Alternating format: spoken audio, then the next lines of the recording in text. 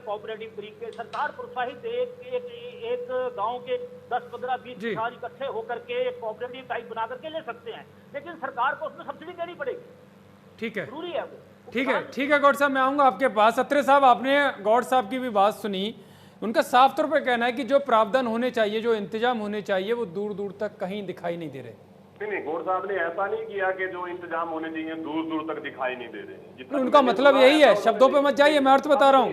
अरे सुन लीजिए भाई, तो जल्दी बहुत, मैं सुनने के लिए आया हूँ अत्रे जी, आपको भी तो अपनी बात सुनाने की पड़ी रहती है ना केवल। जी जी जी जी, आप सुनिए ध्यान। देखिए, दो चीजें जो गौड़ साहब ने जिक्र किया, एक तो उन्होंने धान की फसल का और उससे जुड़ा हुआ पानी की समस्या के, हालांकि इंडियन नेशनल लोकदल के प्रवक्ता ने भी इस बात का जिक्र किया कि सरकार धान की फसल से रोक रही है। हालांकि सरकार ने मेरा पानी मेरी विरासत के नाम से योजना लेके आए जो ऐच्छिक, और उसमें केवल ये बताया किसानों को कि साहब धान की वजह से पानी का जमीन के नीचे स्तर बहुत गिरता जा रहा है। बहुत से क्षेत्र ऐसे हैं जहां पे पानी का स्तर जो है वो 30 मीटर से भी ज्यादा नीचे चला गया, 40 मीटर से नीचे चला गया। तो बेहतर है किसान डाइवर्सिफाई करे, लेकिन वो थोपा नहीं गया, वो ऐच्छिक था, वो किसान की इच्छा थी, जिसके लिए एक प्रोत्साहन राशि 7,000 रुपए के हिसाब से सरकार ने अनाउंस किया। अगर कोई किसान उसको अडॉप्ट करेगा तो उसको राशि मिलेगी। दूसरी बात यहाँ पे जो गौड़ साहब यहाँ पे जिक्र किया बासमती का, देखिए ये वो सरकार है, हरियाणा सरकार ने 1509, एक ये धान की किस्म होती है जो लगभग बासमती जिसको माना जाता है, 1121, इन दोनों को भी एमएसपी पे खरीदेंगे। इस सरकार ने इस बात का प्रावधान पहली बार किया। हालांकि मैं इंडियन नेशनल लोकदल के प्रवक्ता की बात पे ज्यादा नहीं कहूंगा, क्योंकि उनकी बातें जो है वो डिबेट टॉपिक से भी अलग थी और तर्क से भी अलग थी, लेकिन कांग्रेस के प्रवक्ता ने छूटते एक बात की कि साहब सरकार कर क्या रही है। हालांकि आपने अपने प्रोमो में ये स्पष्ट तौर पे बताया कि सरकार ने 24,705 मशीनें जो प्रोवाइड की हैं, आपने जिक्र किया। मैं 8,777 वो मशीनों का जिक्र भी करूंगा जो व्यक्तिगत तौर पे दी गई, 15,928 उन मशीनों का जिक्र भी करूंगा जो सीएससी के थ्रू दी गई। लेकिन कि कांग्रेस के प्रवक्ता ने इस बात को सुना नहीं। कांग्रेस के प्रवक्ता और एनएलडी के प्रवक्ता मुझे ये कह रहे थे, अरे भाई इनको चुप कराओ बीच में से, उनको बीच में चुप कराओ, अपनी बारी में बोल लीजिएगा। अरे भाई अपनी बारी में बोल लीजिएगा, आपको वक्त मिलेगा मित्र। अरे भाई आप इनको चुप करा लीजिए, इनको कहिए ऐसे यहाँ पे सब्जी मंडी ना बनाइए, ऐसे बहस नहीं हो सकती। अरे भाई सुनिए, अरे सुनिए, डिबेट के बीच में वो डिस्टर्ब करता है जिसके पास कहने के लिए कुछ नहीं होता। जब आपकी बारी आएगी आप खुल के बोलिएगा, जैसे पहले बोल रहे थे, आपको कोई रोकेगा नहीं। कहने के लिए क्या अरे सुनिए ना, आप केवल भाषण दे रहे हैं और सुनिए ना भाई, मैं आंकड़े दे रहा हूँ मित्र, आप सुन लीजिए। देखिए ऐसा है, जब कांग्रेस की सरकार थी उस वक्त मशीनों पे, अरे इनको चुप करवा दो यार, इनको कोई पहले डिबेट करना सीखे। जब कांग्रेस की सरकार थी ये समस्या तब भी थी, अरे भाई इसको चुप करवा दो यार, इसको पहले डिबेट करना सीख ले भाई। अरे भाई सब्जी मंडी मत बना, इनको सिखाओ यार। यतेंद्र आप इनको चुप करवाओ, बीच में ऐसे डिस्टर्ब करेंगे, डिबेट क्या होगी? सब्जी मंडी नहीं, आप सुनिए देखिए जब कांग्रेस, आनंद जी पहले बात सुन लीजिए, मैं आपको पूरा मौका दूंगा। आनंद जी उनको अपनी बात पूरी कर लेने दीजिए। देखिए ऐसा यतेंद्र, जब कांग्रेस की सरकार थी मशीनों के ऊपर सब्सिडी दी जाती थी मात्र 30%, और उसके ऊपर भी सवाल थे। हमने सब्सिडी कर दी 80%, हमने छोटे किसान मार्जिनल फार्मर के लिए निःशुल्क कर दिया। ये मुझसे अभी एक सवाल पूछ रहे थे कि साहब आप जो प्रोत्साहन राशि का जिक्र कर रहे हो आपने किसको क्या दिया, इनको कहिए नोट कर ले। मैं ये पिछले सीजन का जिक्र कर रहा हूं क्योंकि इस सीजन के आंकड़े अभी आने हैं। 3,538 किसानों को 1,62,00,000 रुपए प्रोत्साहन राशि के रूप में दिए गए थे। मित्रों को कहें वो एक बार नोट करें। दूसरी बात मैं यहाँ पे जिक्र करूंगा, पंजाब में, देखिए मैं हरियाणा का जिक्र इसलिए नहीं कर रहा हूं क्योंकि हरियाणा में हमारी सरकार है, यहाँ पे ये लोग विपक्ष में है। पंजाब के अंदर कांग्रेस की सरकार है, और कांग्रेस की सरकार रहते हुए कांग्रेस के एक एजेंसी ने सर्वे किया पंजाब का, और उस सर्वे के अंदर एजेंसी ये कहती है कि पंजाब के अंदर प्राणी जलाने के मामलों में 4 गुना वृद्धि हुई, 4 टाइम इंक्रीज। और वही एजेंसी सर्वे ये करके ये कहती है कि हरियाणा में 62% सर्वे आपकी कंपनी ने किया क्या, बीजेपी की? और लिख लीजिए, अब सुन लीजिए, बीजेपी की वायु गुणवत्ता पूर्व चेतावनी प्रणाली जिसको सफर कहा जाता है, जिसका नाम शॉर्ट में सफर का है, उस एजेंसी का सर्वे है। पंजाब में 4 गुना वृद्धि होती है, हरियाणा में 62% की कमी आती है, इसलिए मैंने पंजाब का एग्जाम्पल दिया। अब दूसरी बात यहाँ पे क्या है कि हरियाणा सरकार सीएससी के थ्रू, कस्टम हायरिंग सेंटर्स के थ्रू किसानों को मशीन प्रोवाइड करवाती है, क्योंकि समस्या किसानों की समय की थी, जिसका जिक्र अभी जो हमारे एक्सपर्ट है वो भी कर रहे थे, क्योंकि टाइम एक ऐसी समस्या है जिसकी वजह से किसान को ये कदम उठाना पड़ता है। सरकार ने इस चीज को समझा और इसीलिए जो निःशुल्क है मशीन प्रोवाइड कराना शुरू किया, सब्सिडी पे मशीन प्रोवाइड करवाना शुरू किया, ग्राम पंचायतों के जरिए मशीन प्रोवाइड। अत्रे साहब, मुझे एक सवाल का जवाब दीजिए कि किसानों के खिलाफ तो एफआईआर हो रही है, आपने तमाम आंकड़े तो गिना दिए, क्या जो प्रदूषण रोकने के लिए जो जिम्मेदार हैं, जिनको जिम्मेदारी दी जाती है, ऐसे प्राधिकरण, ऐसे अधिकारी, ऐसे कर्मचारी, ऐसे कितने लोगों के खिलाफ एफआईआर की गई? आपकी जानकारी के लिए मुझे नाम नहीं लेना चाहिए, नाम नहीं यहाँ पे अधिकारी का लूंगा। कैथल में विभाग में कार्यरत थे एज ए डिप्टी डायरेक्टर, उनको सस्पेंड किया गया था कोताही बरतने के लिए। आपको मैं नाम इसलिए लेना चाहता कि टीवी पे नाम लेना अच्छी बात नहीं होती। नहीं, आप मुझे बस संख्या बता दीजिए, संख्या बता दीजिए। मैं आपको उदाहरण दे रहा हूँ, डिप्टी डायरेक्टर स्तर के अधिकारी का केवल एक कैथल में ही हुआ, बाकी सभी जगह हरियाणा में सब ठीक है, कहीं पराली नहीं जलाई जा रही, कहीं पॉल्यूशन नहीं है। उससे भी राजनीतिक व्यवस्था निकाली गई से होता है, ऐसा नहीं है। उससे भी राजनीतिक व्यवस्था निकाली गई खाली। हम तो समझने के लिए तैयार बैठे हैं, आप समझाइए तो सही। हाँ, ये देखिए, हमें अकेला पराली एक कारण है, ये बिल्कुल ठीक नहीं होगा। नहीं, मैं तो सारे कारणों की बात कर रहा हूँ। मैंने गौड़ साहब से सवाल भी यही किया था, क्या केवल पराली को जिम्मेदार माना जाए? कारण तो बहुत सारे हैं। क्या आपने उन कारणों में जो विफल रहे, जो प्राधिकरण, क्या उनके खिलाफ कोई कार्रवाई की, कोई हर्जाना, कोई जुर्माना लगाया, किसी को जेल भेजा? अभी सुनिए होगी, आप ये अंदर मीडिया सेंटर है, आपके रिपोर्टर्स जो है फील्ड में रहते हैं। मेरे रिपोर्टर तो फील्ड में रहते हैं, इसी वजह से मैं तो तस्वीरें आप देखिए टीवी स्क्रीन पर चल रही हैं। आपने आंकड़े तो बड़े जोर शोर से सुना दिए, लेकिन घटनाएं नहीं रुक रही हैं। जी केसरी साहब, क्या केवल अन्नदाता को जिम्मेदार ठहराया जाए? क्या आपको लगता है कि केवल एक अधिकारी को सस्पेंड करने से काम हो जाएगा? ठीक है, मैं आऊंगा अत्रे साहब, पूरा मौका दिया मैंने आपको। जी केसरी जी। यतेंद्र जी देखिए, अभी अत्रे साहब ने क्यों सब्जी मंडी बना रखी है, ये तो आपको भी नहीं बोलने दे रहे। जो गौड़ साहब ने बात कही, हालांकि वही बात मैं कह रहा था, ठीक है, मेरे साथी प्रवक्ता को बात समझ नहीं आई। ये मतलब उसका सीधा सीधा अर्थ ये है कि बंदर के हाथ में उस तरह आ गए हैं। सरकार चाहती तो है कि हम ये काम करें, लेकिन उनको उस चीज की नॉलेज नहीं, प्रैक्टिकल नॉलेज नहीं, किसानों से संवाद नहीं सरकार का, और अपने डिसीजन उनके ऊपर थोपती है। और एक डिसीजन थोपती है तो उसके जो रिपरकशन है, उसके गलत प्रभाव दूसरा निकल कर आ जाता है। और तो उसका का सारा जो रिजल्ट है वो ये निकल के आता है कि भाई हम असली चीज तो नहीं पहुंच पा रहे और समस्याएं खड़ी हो गई हैं। किसानों को आज सरकार से टकराव की स्थिति बन चुकी है।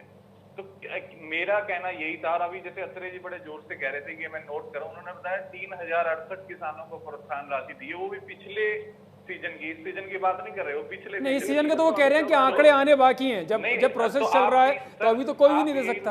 3068 किसान हैं, वो टोटल प्रदेश से कितना प्रतिशत हुए, कितना फीसदी हुए? शायद 1% के लिए मिल पाएंगे भाई। तो क्या ये ऊंट के मुंह में जीरा नहीं? क्या इस प्रोत्साहन से पराली जलाना किसान रुकेंगे? आप ठीक है, पराली जरूर किसान जला रहे हैं, आपका सवाल यही था कि क्या किसानों को दोषी मानना जाए?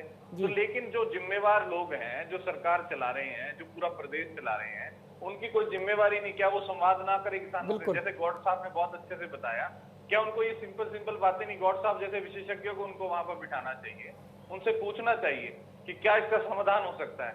छोटा किसान हो गया, उसके पास इतनी क्षमता भी नहीं है कि वो बड़ा सुपर सीडर खरीदे, बड़े ट्रैक्टर खरीदे, या क्या करे? उसको तो बेचारे की अपनी फसल दूसरी लेनी है, कम लैंड होल्डिंग है उसके पास। तो उन किसानों, लेकिन सरकार, अत्रे साहब तो कह रहे हैं सरकार ने हजारों यंत्र, हजारों मशीनें बांटी हैं। देखिए ऐसा है सर, बड़ा सिंपल सा चीज है, अगर बांटी है तो किसानों ने क्या वो आगे बेच दी या उसको दहेज में देने के लिए खड़ी कर रहे हैं? वो कहाँ पे काम कर रही है? कैसे खरीदे? अरे हम बता रहे हैं, हम निःशुल्क प्रोवाइड कर रहे हैं। अरे निःशुल्क कराने तो खरीदने का सवाल कहाँ पे?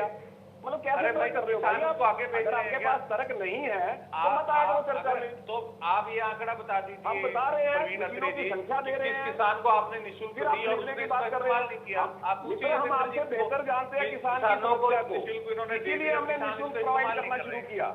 क्यों नहीं कर रहे इस्तेमाल? जो अपनी अगर आपने निःशुल्क देनी है तो सब्सिडी देना शुरू किया। ठीक है गौड़ साहब मुझे इतना बताइए, किसानों के ऊपर तो चर्चा हमेशा होती है, पराली को हमेशा जिम्मेदार ठहराया जाता है। मेरा जो सवाल अत्रे साहब से था वही मेरा आपसे है, क्या ऐसे प्राधिकरण, जो अथॉरिटीज हैं, जो अधिकारी हैं, क्या उनके खिलाफ सख्त कार्रवाई नहीं होनी चाहिए? क्योंकि केवल पराली नहीं, ट्रैफिक भी है, उद्योग की जो कारखाने हैं, जो फैक्ट्रियां हैं वो भी हैं, धूल है, कंस्ट्रक्शन का काम है, ये भी तो एक बड़े कारण है। सर बिल्कुल ठीक कह रहे हैं आप जी। ऐसा है कि जैसे कि अत्री जी ने कहा था, ये जो आदेश दिया गया एनजीटी ने, स्टेट के पोल्यूशन कंट्रोल बोर्ड को दिया गया, और अत्री जी ने अभी कहा एक डिप्टी डायरेक्टर पे हुआ। मुझे उस पर डाउट है, क्योंकि जो मैं जानता हूँ पोल्यूशन कंट्रोल बोर्ड में कोई डिप्टी डायरेक्टर नहीं होता। Regional officer scientist grade 1, scientist grade 2, scientist grade 3 होते हैं। एनीवे नहीं, मैं बात बता दी, मैंने चलिए, हो सकता है टेक्निकल वो चीजें होती हैं, उसमें ना जाकर मेरा केवल इतना सवाल है, क्या ऐसे अधिकारी कर्मचारियों को जेल भेजा गया कभी, जो इतनी हजारों लोगों की मौत का कारण बनती है पोल्यूशन की वजह से? जहाँ तक पोल्यूशन का है, इसको रोकने का जो काम है वो हमारे पोल्यूशन कंट्रोल बोर्ड का है जी, ठीक है जी। तो दूसरी बात, एक बड़े ध्यान से जो मैंने पहले बात करी थी, उसको डिफरेंट एंगल से लो जी। अगर सरकार कोई ऐसा कर दे, कम पानी वाली किस्त को यहाँ लगाओ, उसको यहाँ लगाओ, यहाँ लगाओ, अलग अलग समय पे लगे और अलग अलग समय पे वो कटे, अब थोड़ी बहुत पराली जल भी जाए तो अलग अलग समय पे कटे, मतलब के 20, 25, 30 दिन के ऊपर। अब क्या है कि 15 दिन में सारी जलती, इसलिए प्रदूषण होता है। वो 40 से 45 दिन का जो टर्न होता है, उसी में सारा जल जाता है। हाँ जी। और अब क्या है कि दूसरी बात, जो हमारा एनसीआर का रीजन है दिल्ली, और जिसमें एनसीआर के क्षेत्र आते हैं, उसमें जो भी प्रदूषण होता है एवरेज 10 से 12% और मैक्सिमम 22% पराली का है जी। 80% हमारा अपना और चीजों का है, उस पर हम डिस्कस ही नहीं करते। किसान के ऊपर सारा कुछ कर दिया जाता है। अब एक चीज जो कभी किसी ने डिस्कस नहीं करी, वो मैं आपको बताना चाहता हूं। एक तो हम जनरेटर पे हम बात करते हैं, ट्रांसपोर्टेशन पे बात करते हैं, डीजल चलता है। अब मैं आपको एक टेक्निकल चीज बताता हूं कि एक गाड़ी जो 1000 किलोमीटर चलती है, 1000 किलोमीटर चलने में उसका एक टायर का 500 से 800 ग्राम वजन कम हो जाता है जी। कम से कम 4 और ट्रक और बस 10 और 15 और 12 टप्पे चलती है, जिसको हम माइक्रो प्लास्टिक एंड रबड़ पोल्यूट कहते हैं। जो हमारा ग्राउंड, जो इस समय का टेम्परेचर ऐसा होता है, दिन में ज्यादा और सुबह शाम में ज्यादा होता है, ये उठता है और ये हवा में स्टेबल हो जाता है। एक हम बोलते हैं वेंटिलेशन स्पीड, वो 6000 से कम होएगी और स्पीड 10 किलोमीटर से कम होएगी, तो ये सारा ऊपर जमा रहता है, ऊपर जाके ये खत्म नहीं होता जब तक हवा तेज ना चले, वो पोल्यूशन आता है। 80% पोल्यूशन इंडस्ट्री की वजह से, और क्या नाम, ये जो ट्रैफिक की वजह से, गाड़ियों की वजह से, जनरेटर की बात सुनो, धूल और कचरे की वजह से।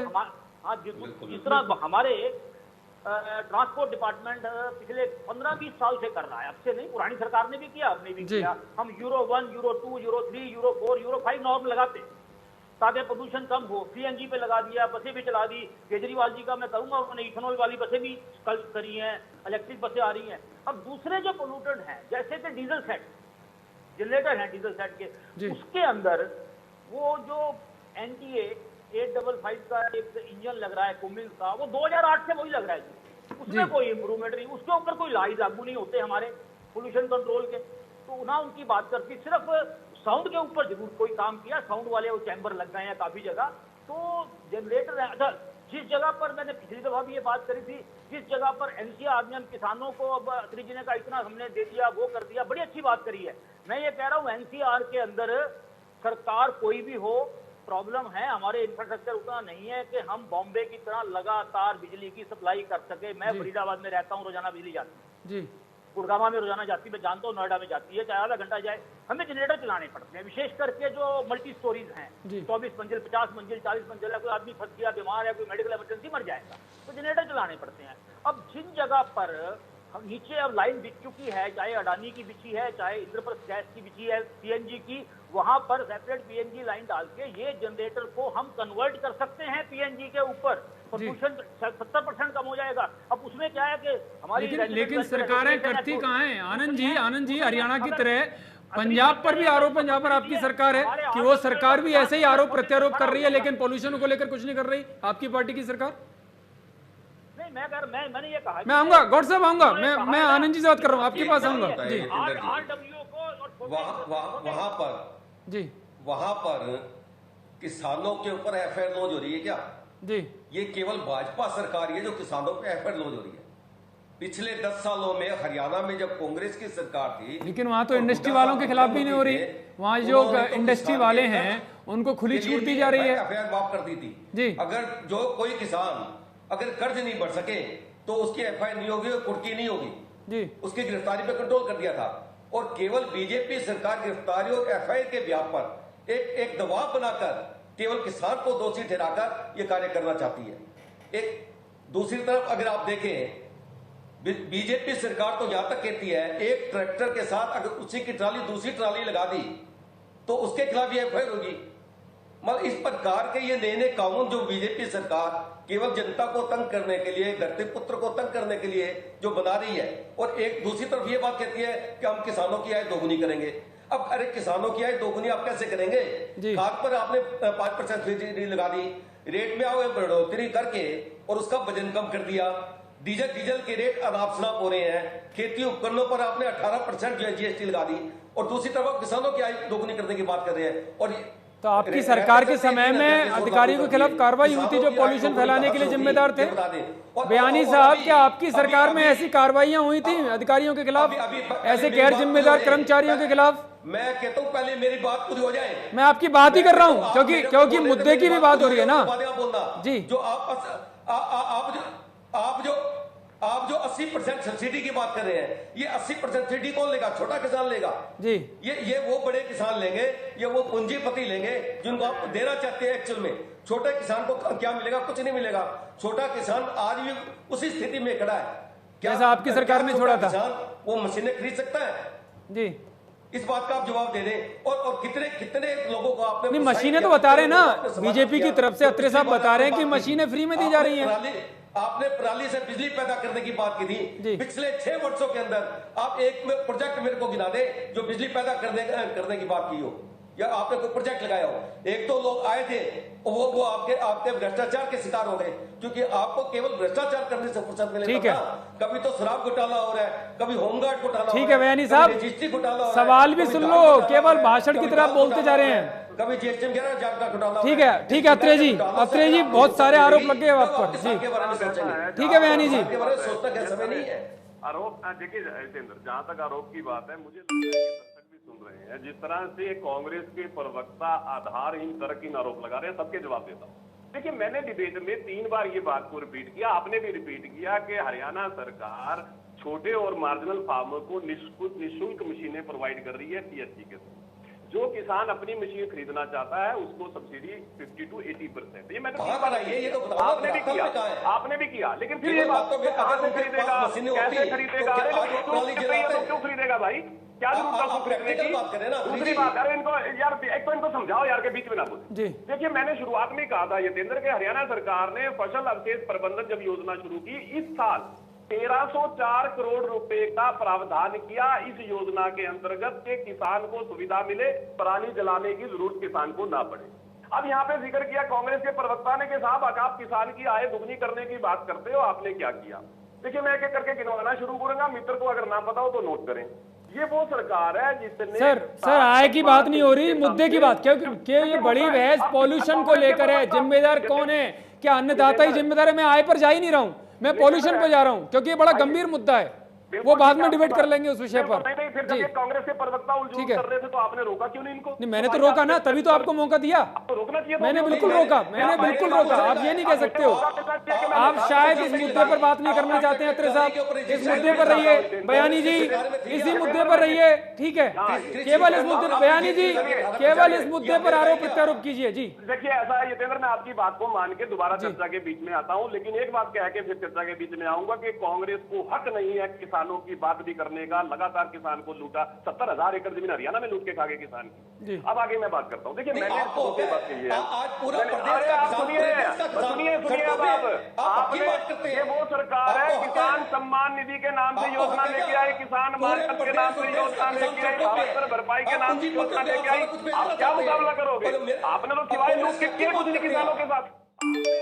सेक्शन 4, सेक्शन 6, सेक्शन 2 के नोटिस दिखा के जमीन लूट के किसानों को किसानों की जमीन दे दी। ऐसा कौन सा काम किया जो किसानों के हित में आपने किया? एक योजना बताइए जो आपने किसानों के हित में की। आप लगातार किसानों को लूटते रहे, आप किसान हितैषी होने का ढोंग करते रहे, किसान को भावनात्मक रूप से लूटा, आपने आर्थिक रूप से लूटा। इस तरह से तो चर्चा ही नहीं होगी। आम आदमी देखेगा तो क्या कहेगा कि इतने गंभीर मुद्दे को भी आप इतने हल्के में ले रहे हो। आप दोनों लोग, मिलना चाहिए लोगों को, मौका नहीं मिलना चाहिए। लोगों को लगातार की बात। अब मैं यतेंद्र आपकी बात पे आता हूँ। देखिए, सरकार लगातार प्रयासरत है।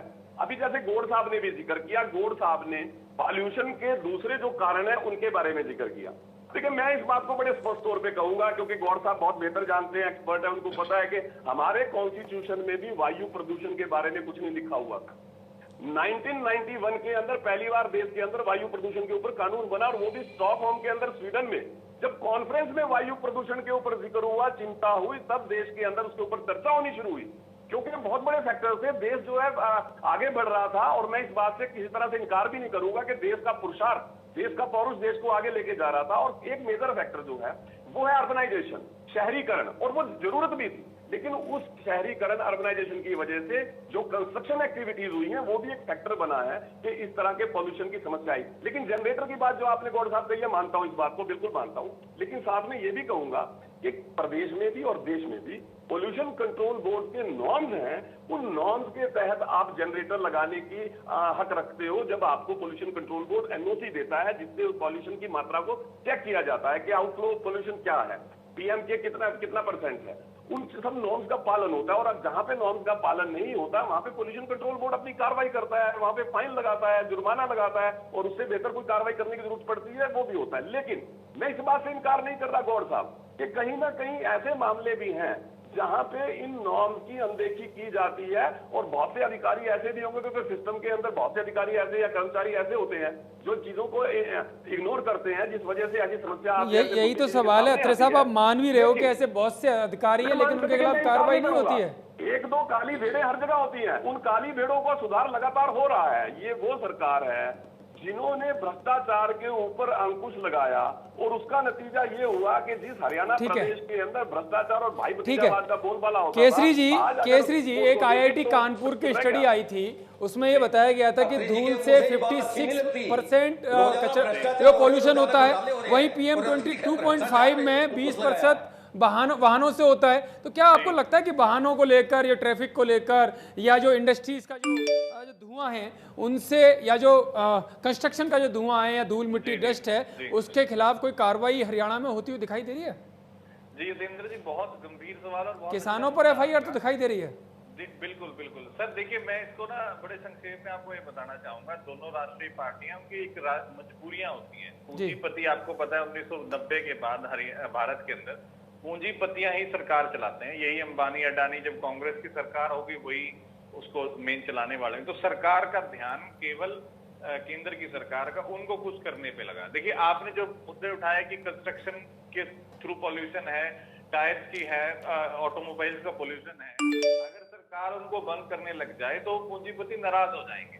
तो सरकार देखो पॉल्यूशन हो रहा है, दिल्ली में पॉल्यूशन हो जाता है, हरियाणा प्रदेश NCR में पॉल्यूशन होता है, लेकिन सरकार को फिर एक सिलेक्टेड टारगेट बनाना होता है। अब वो सिलेक्टेड टारगेट क्या है? बड़ा सॉफ्ट टारगेट है, हरियाणा पंजाब, और इसका भी कौन जो सबसे दबा कुचला आदमी? किसान। क्योंकि इनकी यहाँ पर जो आवाज है, हरियाणा के 10 सांसद, पंजाब के 13, 26 सांसदों का कोई बहुत बड़ा वहां पर हल्ला नहीं होगा। तो इसलिए सिलेक्टेड टारगेट्स हैं।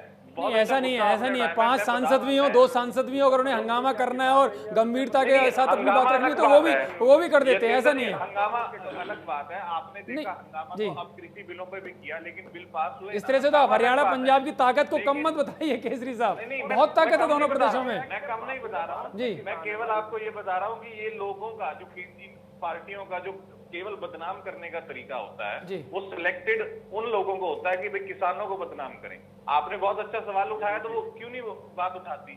अगर वो बात उठाएंगी तो वो कंपनी वाले उनसे नाराज हो जाएंगे, वो पूंजीपति उनसे नाराज हो जाएंगे और उनको चंदा नहीं देंगे। ये कारण है जो आप बार बार कह रहे हैं कि भाई क्यों वो दूसरे को टारगेट नहीं बनाते, केवल किसान को टारगेट करते हैं। और जैसा कि अत्रे साहब कह रहे हैं, निःशुल्क मशीनें बांट रहे हैं। आप केवल युतेंद्र जी ये पूछिए कि वो मशीनें निःशुल्क जो बटी है, निःशुल्क का मतलब फ्री जो बटी है, वो कहाँ पर खड़ी हुई है? हरियाणा के अंदर किसानों ने अपने घर में खड़ी कर दी। अपनी बेटी को दहेज में देनी है क्या वो मशीनें जो उसको यूज नहीं कर रहे? बताइए अत्रे साहब, कहाँ गई वो सारी मशीनें जो आप हजारों की संख्या में बता रहे हैं? क्योंकि तस्वीरें सामने है, पराली फिर भी जल रही है, और एक नहीं कई जगहों पर। ठीक है केसरी जी,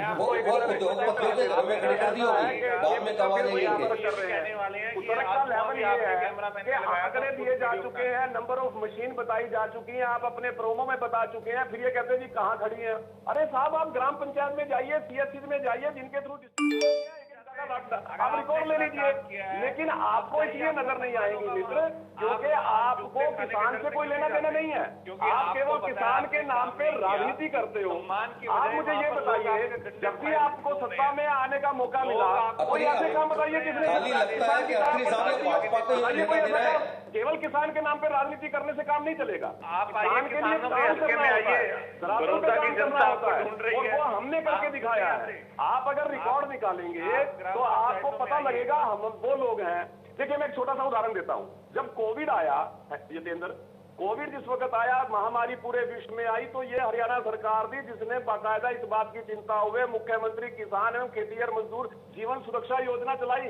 कोविड की वजह से भी 10 लाख का बीमा कर दिया किसान का, मजदूर का। ये वो सरकार है। ये लोग तो केवल यहाँ पे बैठे हैं, एक लाइन रख देते हैं कि साहब कोविड लेकर कौन आया? और हम बार बार आंकड़े देखे कोविड लेकर कौन आया? मोदी जी लेकर आए। आप एक बार देख लीजिए। अपने तो ट्रंप को खुश करने के लिए उसमें लग रहे, कोविड की तो जान ही नहीं दिया उन्होंने। आलोचना ये धरातल पे तथ्य के आधार से हो बेहतर है। आप आलोचना कीजिए, तथ्यात्मक कीजिए, जिसपे हमें पता लगे। अगर ठीक है गौड़ साहब अभी एक आलोचना करते हैं। हाँ गौड़ साहब अभी एक मीटिंग हुई है, मुख्यमंत्री उप मुख्यमंत्री की, कैबिनेट मिनिस्टर भी उसमें मौजूद थे, कि डोर टू डोर जो कचरा कलेक्शन की योजना है उस पर उन्होंने बल देने की बात की है। गांव-गांव में प्रोजेक्ट लगाने की जो संभावना है इस पूरी व्यवस्था, पूरी समस्या से जूझने के लिए, उसका हल निकालने के लिए, वो उन्होंने उसमें मंजूरी दी है एक सब कमेटी की बैठक में। तो क्या आपको लगता है कि अगर ऐसा हो गया, जो क्लस्टर में प्लांट स्थापित होंगे, जो मुख्यमंत्री की तरफ से कहा गया है, तो उससे कुछ इस समस्या का हल होगा? शर्मा जी, मैं राजनीति में पढ़ना नहीं चाहता था जी। मैं हरियाणा में 1990 से रह रहा हूँ जी। और 90 से आज 30 साल हो गए हैं। मैंने चौटाला साहब की सरकार भी देखी, भजनलाल जी की भी देखी, खट्टर साहब की भी देखी। 1990 से तो आपने बहुत कुछ देख लिया। हुड्डा जी की भी देखी जी। मैंने देखी सरकार। अब सबसे बड़ी दिक्कत है, मैं बड़े दुख से कह रहा हूँ, पार्टियों के नुमाइंदे बैठे हैं, सब बैठे हैं, सब पार्टियां, आज की पार्टियां जो पिछले 40 साल से हमारा चरित्र बन गया, 30 साल से हम सोचते हैं सिर्फ अगले इलेक्शन की। प्रदूषण बहुत सीरियस मुद्दा है। अगली जनरेशन को हमारे क्या होगा, उनको पीने का पानी मिलेगा, साफ हवा मिलेगी, नहीं, वो नहीं सोचते। हम सिर्फ ये सोचते हैं हमारी पार्टियां कि अगले इलेक्शन में कैसे हमें वोट मिलेगी। मैं एक छोटी सी एग्जाम्पल देता हूं आपको जी। जब श्रीमान नरसिम्हा राव जी की सरकार थी, वित्त मंत्री थे हमारे मनमोहन सिंह जी, नरसिम्हा राव जी ने वोरा कमेटी बनाई थी, जो बाद में गवर्नर बने J&K के। जी जी बिल्कुल। पब्लिक अकाउंट में लोगों को, सरकारी अफसरों को काम कैसे करने दिया जाए, ये ठीक काम करें, गड़बड़ ना करें, कमेटी बनाई थी। उस कमेटी ने 6 महीने की जगह 1.5 साल लिया। बड़ी अच्छी रिकमेंडेशन थी उनकी। एक पहली रिकमेंडेशन थी जो मेन थी, जो किसी सरकार ने नहीं मानी, ना कांग्रेस ने, ना बीजेपी, ना के हर डिपार्टमेंट का, हर डिस्ट्रिक्ट में एक की ऑफिशियल आइडेंटिफाई किया जाए। जैसे पुलिस का की ऑफिशियल SHO है, SHO ही FIR लॉन्च करेगा, कमिश्नर भी नहीं कर सकता, उसी को करेगा। इसी तरह हर डिपार्टमेंट में कहीं सुपरिटेंडेंट है, कहीं इंस्पेक्टर है, कहीं है ऑफिसर जो है 3 साल तक उसकी बदली नहीं कर सकता, ना चीफ मिनिस्टर, ना MLA, ना मंत्री। और 3 साल बाद वो अपनी रिपोर्ट खुद लिखेगा कि मैं 3 साल पहले था तो स्थिति ये थी जिले की, 3 साल के बाद अब ये हो गई है। उसके बेस के ऊपर उसकी इंक्रीमेंट वगैरह वगैरह करेगी। जब ये रिपोर्ट पार्लियामेंट में रखी नरसिम्हा राव जी ने, आप हैरान हो जाओगे, Congress, BJP, ADM, JDU, Chautala party सब कहते जी सवाल ही नहीं, हम इंस्पेक्टर को बदली नहीं कर सकते, ये क्या है। तो जब तक ये नहीं आएगा, जब तक हमारे, मैं देखो पोल्यूशन कंट्रोल बोर्ड में जाता रहता हूँ, फरीदाबाद और गुड़गांव के अंदर बात करता हूँ, हाँ जी करेंगे, बाद में कहते हैं साहब आपको पता तो है, अब नाम नहीं लेता, जैसे अत्री जी ने कहा, पुराने MP का फोन आ गया, पुराने मंत्री। ठीक है गौड़ साहब, समय खत्म हो रहा है, समय नहीं है हमारे पास जी। जरूरी बात बताता हूँ, एक दिन मैं मीटिंग में बैठा हुआ, कह रहे गौड़ साहब कल मीटिंग करेंगे। मैं कहा क्यों? कह रहे हमारे केंद्रीय मंत्री का फोन आ गया, उसके बाद बात करेंगे। तो यहाँ तक है, जब तक हमारे राजनेता अभी जनरेशन की नहीं सोचेंगे, कुछ नहीं होगा। ठीक है, आप सभी लोग इस बड़ी बहस में जुड़े, आप सबका बहुत बहुत धन्यवाद, क्योंकि समय खत्म हो चुका है। तो जो अन्नदाता की जो समस्या है कि